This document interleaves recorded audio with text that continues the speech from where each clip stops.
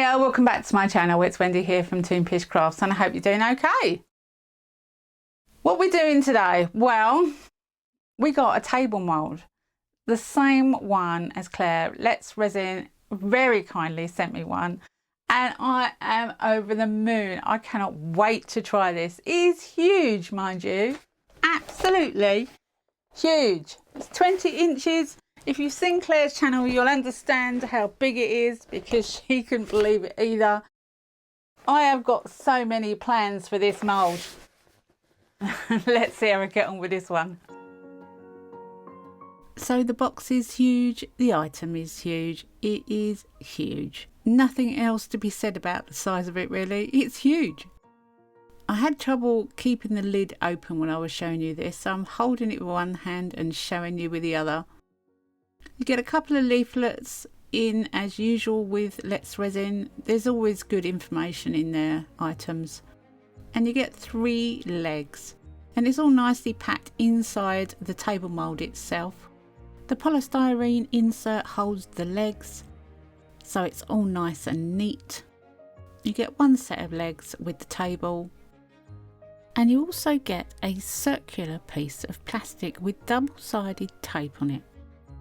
Now I did actually wonder what this was for until I realised it goes around the outside of the mould to keep it upright, just in case. I don't think it really needs it, but I put it on anyway because it's there and it's for that purpose. There are 2 bits of double-sided tape on this, so you can use it twice, but I'm absolutely positive you could reuse it over and over as many times as you want if you had some double-sided tape yourself. The legs that come with the table mould are hairpin legs. There's 3 of them, so it becomes like a tri-table, and they pop open. So after a little bit of working out, I realised that you pull them open and you squeeze them to shut them. And the base of the leg is the bit that attaches to the table. Now Let's Resin show that goes onto the layer and you can backfill it with resin to keep it in. That is if you make the table that way up. So this is a huge mould and Let's Resin very kindly supplied me with some resin to make this table. To start with, I make 485ml or roughly 17 ounces. And it's the first layer. I had no clue whether that was enough to even coat the bottom of this mould, but it was just. I went round completely trying to make a thin coat at the bottom because I was going to add a little bit of colour around the outside edge. But I wanted to coat the bottom as much as possible. It's worth mentioning here that I will be making this table up the wrong way. It is designed for you to make it face down, so the inside edge at the base is tapered for a nice rounded edge when you demould it. Spraying it with isopropyl alcohol to get rid of any surface bubbles, and I went around the outside edge in the crease with a silicone tool to dislodge any corner bubbles. I didn't know it wasn't a corner at that time. Now I'm going to use some Vista Black pigment and some Let's Resin Rose Red. And I've mixed the 2 together. Now the black is a very solid colour, so I knew it was going to be a solid colour, but the Rose Red just brought it out and it was a gorgeous colour. And I just want to go around the outside edge of this mould. It's not really going to be seen, but it will kind of give a shadowy appearance. So it's just been poured, there's no waiting around for it to warm up. I knew it was going to do its thing and I was happy with that. That's all I wanted really. A darker edge ran the outside. That was the plan. I mean, black would have done it, but I thought I'd add a bit of colour, why not? I gave it a quick spritz with isopropyl alcohol and then I got the heat gun out. And I really just wanted to move the outside colour a little bit. I wanted it to blend a bit. Now with colour, it does sink through clear resin, so it's kind of sitting on the bottom, and I wanted to move it so that it had a chance to do more than just sit there, if you see what I mean. The lower setting on the heat gun didn't really do anything, so I turned the heat up and yeah, just blew it around a bit.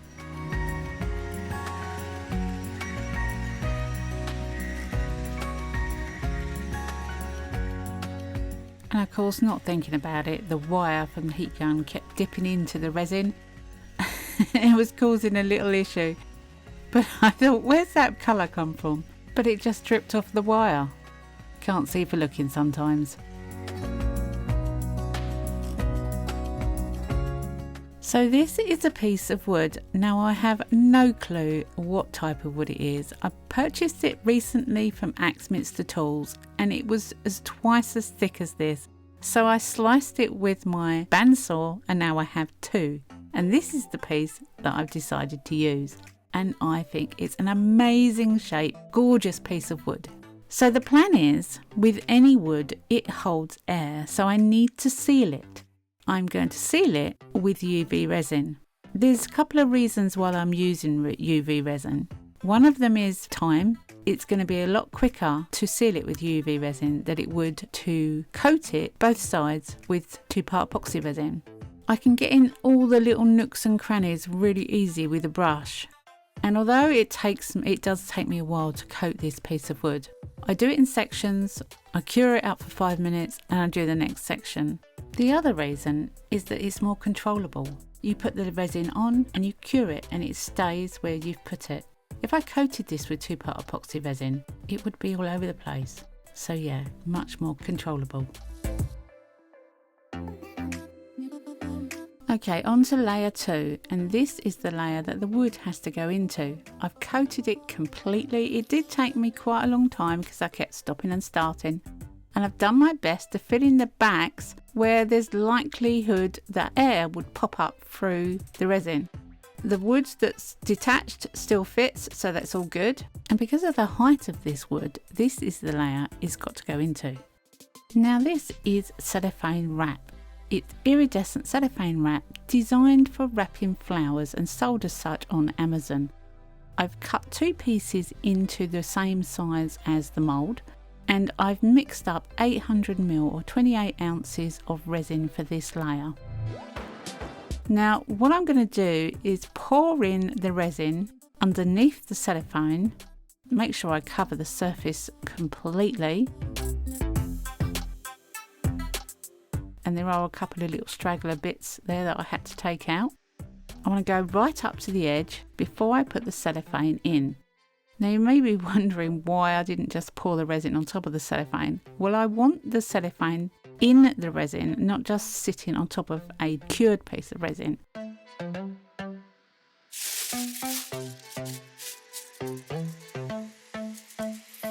Because the cellophane is really quite close to the edge, I don't want there to be any chance of it coming apart. And if I was to just pour resin on top of the cellophane, the only thing that would be attaching it to the previous layer would be the edges. The cellophane is going in. I'm using my hands to get rid of as much of the air underneath it as possible, getting in the right state and having a whale of a time. I really enjoyed this. There was a lot to do in this level. I did try the Claire method of just letting the resin take the cellophane, but it was just too big and I just got in such a state. But I did have fun. And once I've got both of them in, it's time to place the wood. Now the wood is pushed down because it has to be below the level of the rim, and that's why it's got to go into this level. It's quite a thick piece of wood. And I'm using the rest of the resin to go over the top of the cellophane sheets and to secure the wood in that level as well. Now there are other things that need to go in this level. So this is a huge level. This took quite a lot of time, but I am very aware of the mixing time with the resin. I'm still trying to get out any air. I'm not too worried if there's a few bubbles. It'll add character anyway, but I'm getting such a mess. I just want to say a big hello and welcome to all my new subscribers. And if you're watching this channel and haven't subscribed, maybe you would consider doing so. It doesn't cost anything and it does help my channel out. Now if you haven't seen the dragon video that I made recently, I'll link that in the top right hand corner. I did say I had plans for them and this is where they're going. I absolutely love these dragons, I really do. There's big ones and there's little ones and they're all going in this table. Everything I use in this video will be listed in the description box below.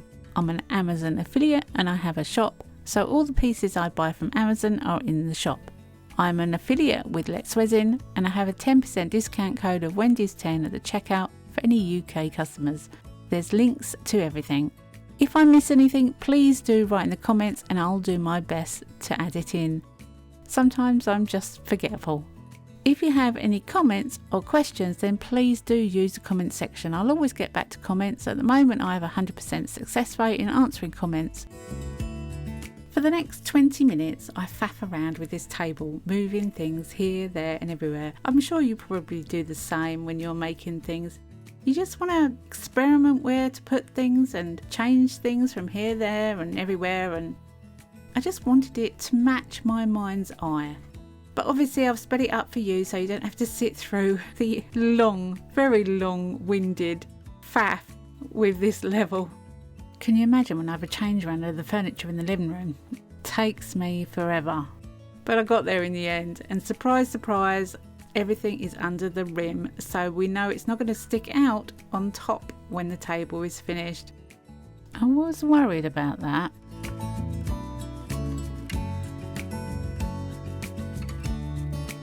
Level 3 and another 800ml or 28 ounces of resin. Now, most of what I've put in already has been quite large.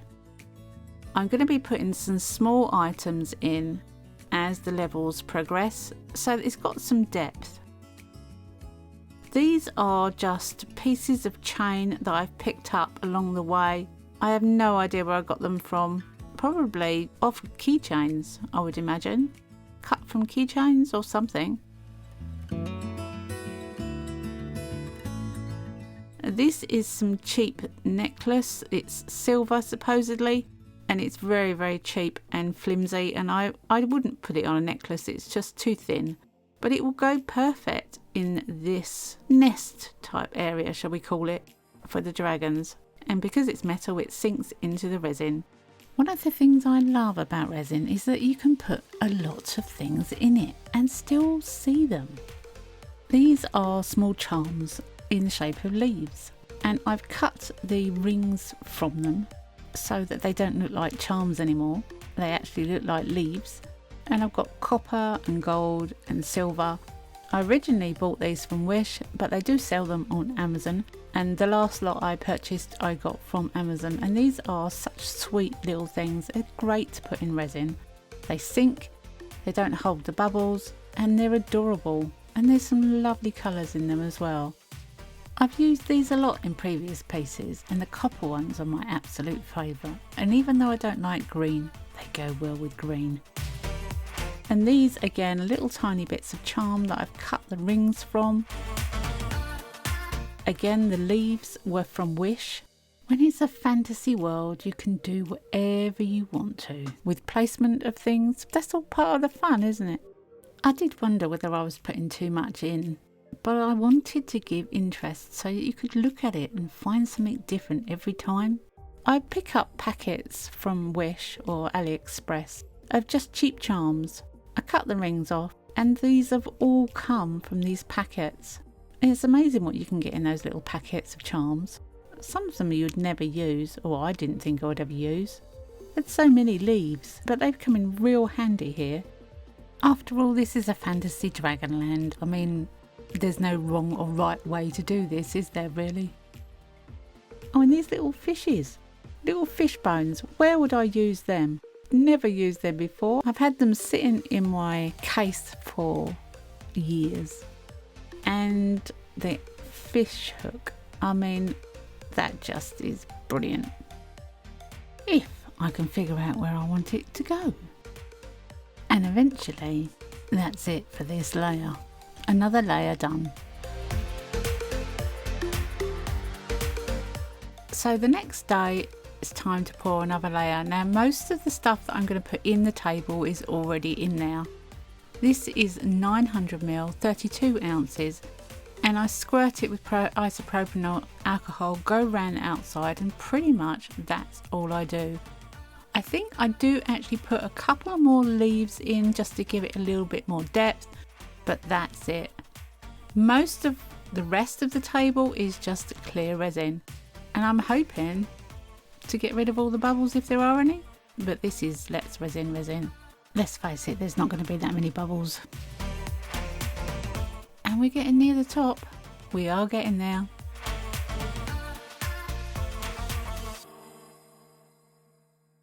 So the next day is level 5. This is the 5th level, 800 mils or 28 ounces of resin, and it's just clear resin. I squirt it with isopropyl alcohol. I go around the outside with a stick to make sure there's no trapped air on the edge, and that's it. Just clear resin. It's getting to a point now when I'm getting really close to the top and I can't put the resin on the wood because it would raise up above the finished piece. Now this is where it goes a little wrong. I didn't really know how much liquid I needed for the final layer. I mixed up 20 ounces or roughly 586 ml of resin, and it wasn't quite enough. So I thought I'll quickly mix up some more. I mean, we are very close to the top here. It's over the top of the wood, but it's not quite to the top of the mould, and I wanted it to the top of the mould, like you would. So 15 minutes later, I mixed in another 8 ounces. That's 228 ml. That's all it needed to take it to the top. Big mistake. Huge mistake. The resin had been sitting for 15 minutes curing, and the new mixed resin did not go well with it. So although it went nicely to the top of the mould, and I was so chuffed that I'd got it to the top of the mould, it sat and cured for 3 days before I looked at it. So Sunday morning I decided to have a look, and I was absolutely gutted. My nice shiny finish wasn't so shiny. I'm trying to show you here, but it's very difficult to see. I'm going to pause the video and you can see the join lines between the two resins, and it was a little bit like blush. One had cured differently to the other, and it had caused a ripple kind of effect. Although it was totally smooth, it looked like a ripple underneath the resin. Now, I didn't know whether I could fix that or not. The only option I had was to sand it. So that's what I had to do.